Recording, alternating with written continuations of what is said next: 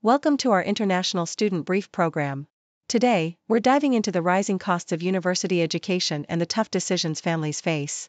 An author reflects on their own student days while grappling with the financial burden their son might encounter, as tuition fees soar and student debt reaches alarming levels. It's a conversation about value, experience, and the shifting landscape of education. Next, we explore the implications of Interpol tightening its oversight on databases that have been misused by authoritarian regimes. This significant policy shift aims to protect political dissidents and prevent harassment, following alarming reports of how some countries have exploited these systems. Experts are optimistic that these changes will safeguard human rights and promote accountability.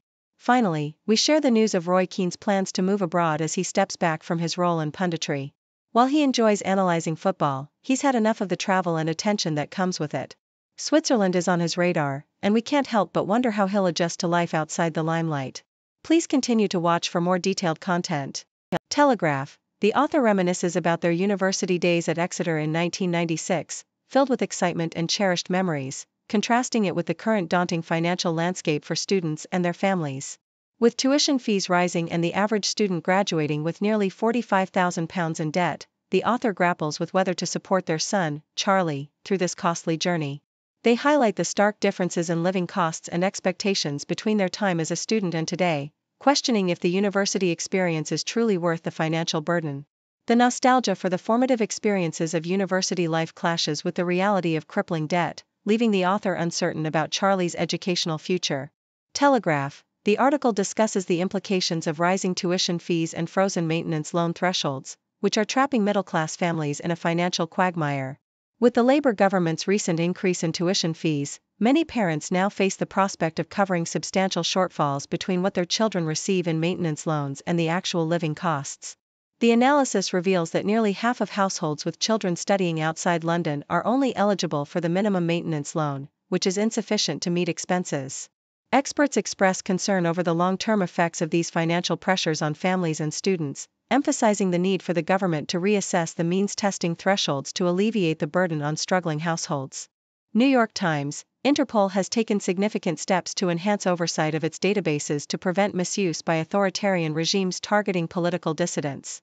Following a New York Times investigation revealing the exploitation of lesser-known Interpol systems, the organization now plans to review blue and green notices, alerts that seek information on individuals abroad, before they are issued, rather than after. This change aims to curb the circumvention of checks that some countries engaged in by submitting blue notices instead of red notices. While some welcome this overdue reform, the ongoing challenge of monitoring and policing these abuses will be a key responsibility for Interpol's newly elected Secretary General, highlighting the delicate balance between international cooperation in law enforcement and the protection of human rights.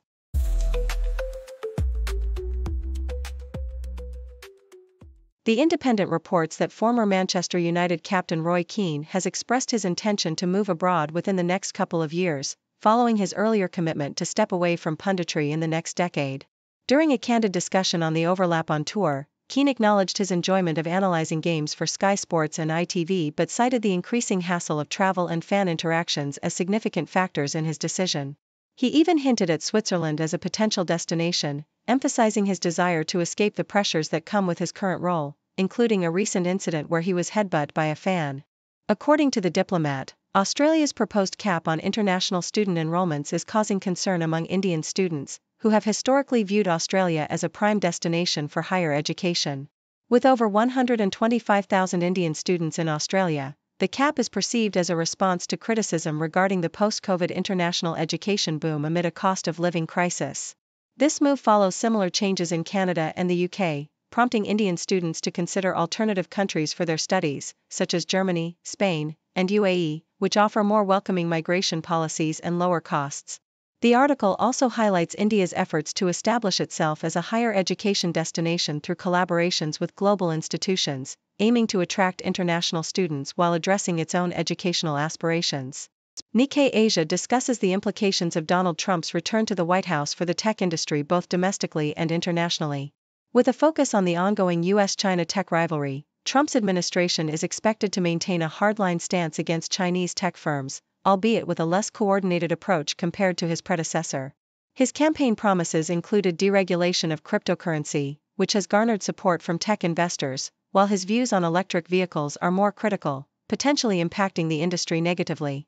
Additionally, Trump is likely to target social media platforms that deplatformed him, and his administration may roll back regulations on AI, favoring a lighter regulatory environment that could benefit major tech companies and stimulate mergers and acquisitions in the sector.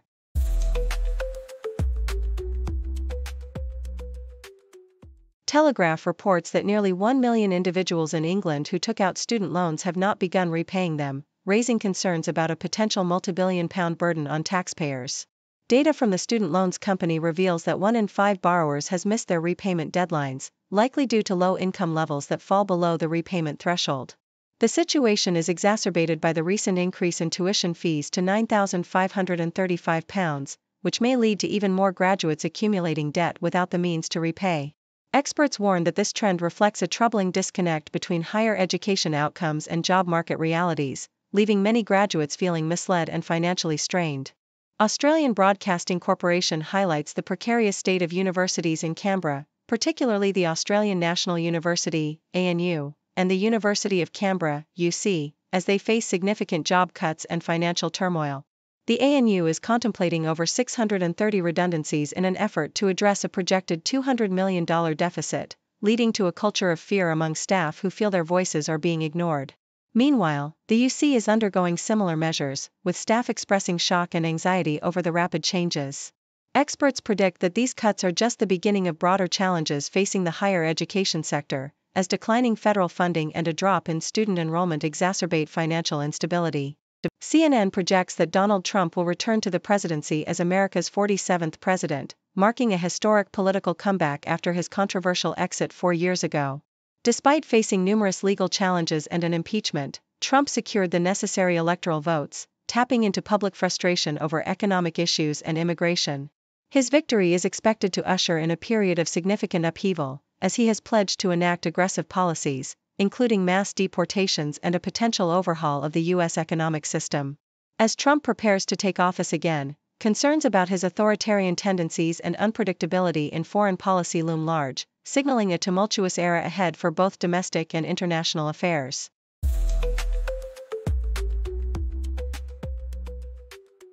Telegraph reports that graduates in the UK are set to face a staggering debt of £128,000 due to Labour's decision to raise tuition fees from £9,250 to £9,535.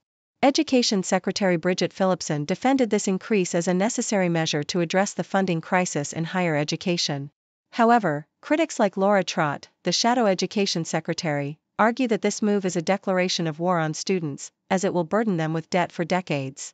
The analysis suggests that graduates will take an average of 32 years to repay their loans, and with the overall value of student loans reaching £236 billion, there are serious concerns about the long-term implications for young people, particularly those from low-income backgrounds.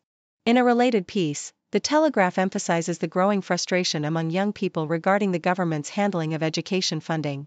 The recent increase in tuition fees, which adds nearly £900 to the cost of a typical 3-year degree, echoes previous fee hikes that discouraged university applications. Critics highlight the inconsistency in Labour's promises to create a fairer education system, especially when juxtaposed with the rising costs of the state pension triple lock, which is projected to become a financial burden on taxpayers. The article suggests reallocating funds from the triple lock to eliminate tuition fees, which could foster a more educated workforce and address youth unemployment. South China Morning Post captures the anxious atmosphere among Americans living in China as they closely monitor the U.S. election. With predictions of a tight race between Donald Trump and Kamala Harris, many express concerns about the potential ramifications of a Trump victory on U.S.-China relations. While the Chinese media focuses on factual reporting of the election, Americans in China engage in discussions facilitated by U.S. diplomatic missions, reflecting their worries about the unpredictable nature of politics. The article illustrates the deepening anxieties among expatriates regarding the election's outcome, highlighting their desire for stability and better relations between the two nations, regardless of the election results.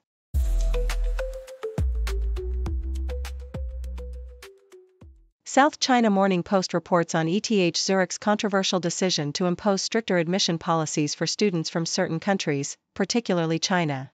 This move has sparked criticism, with many labeling it as discriminatory. The university's new security screening policy evaluates applicants based on their country of origin, previous education, and any scholarships from sanctioned states. Notably, candidates from 23 countries, including China, automatically trigger a screening process. Critics like robotics scientist Gung Tao express concern that such measures could tarnish Switzerland's historically neutral image and deter top international talent. The policy reflects a shift in the university's approach due to rising geopolitical tensions and the perceived risk of technology misuse, raising fears about the long-term impact on global scientific collaboration. The Sydney Morning Herald highlights the University of Sydney's response to government claims regarding international student enrollment figures, which it argues are misleading. Vice-Chancellor Mark Scott criticized the Education Department for overstating the university's reliance on foreign students, stating that the projected growth rate for new international students was inflated. This misrepresentation is occurring amidst job cuts across Australian universities, driven by proposed caps on international student numbers. With universities like the Australian National University and the University of Canberra announcing significant layoffs, the sector faces financial strain due to reduced international enrollments. The government's visa policies have exacerbated the situation, particularly affecting institutions that attract students from higher-risk countries, leading to widespread concern about the future of university funding and employment in the education sector. Thank you for tuning in.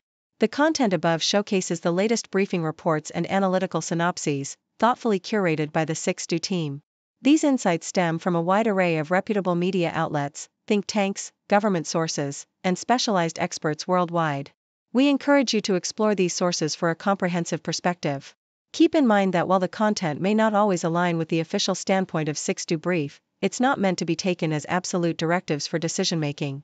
Comprising seasoned media professionals, learned scholars, and accomplished scientists, the 6Do team embodies a trailblazing, fully independent media entity. To customize 6Do Brief to meet your professional needs, you have the option to subscribe to a diverse array of briefings on our website, 6dobrief.com. Regardless of your location, you can conveniently receive 6Do Brief via email.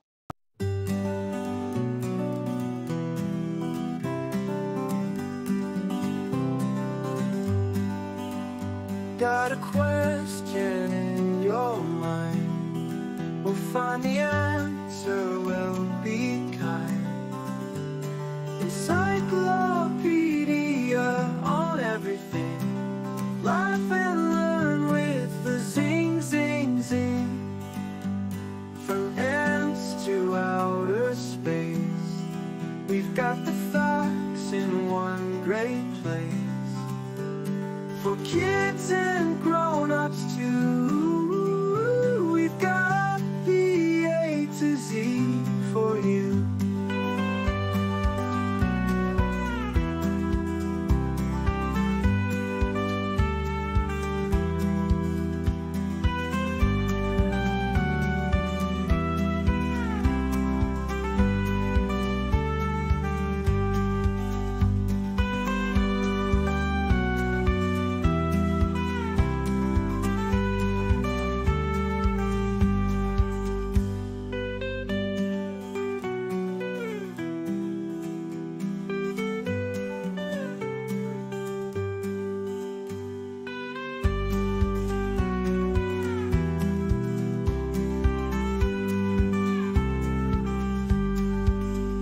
Got a question in your mind? We'll find the answer, we'll be kind. Encyclopedia on everything. Laugh and learn with the zing, zing, zing. From ends to outer space, we've got the facts in one great place. For kids and grown-ups too.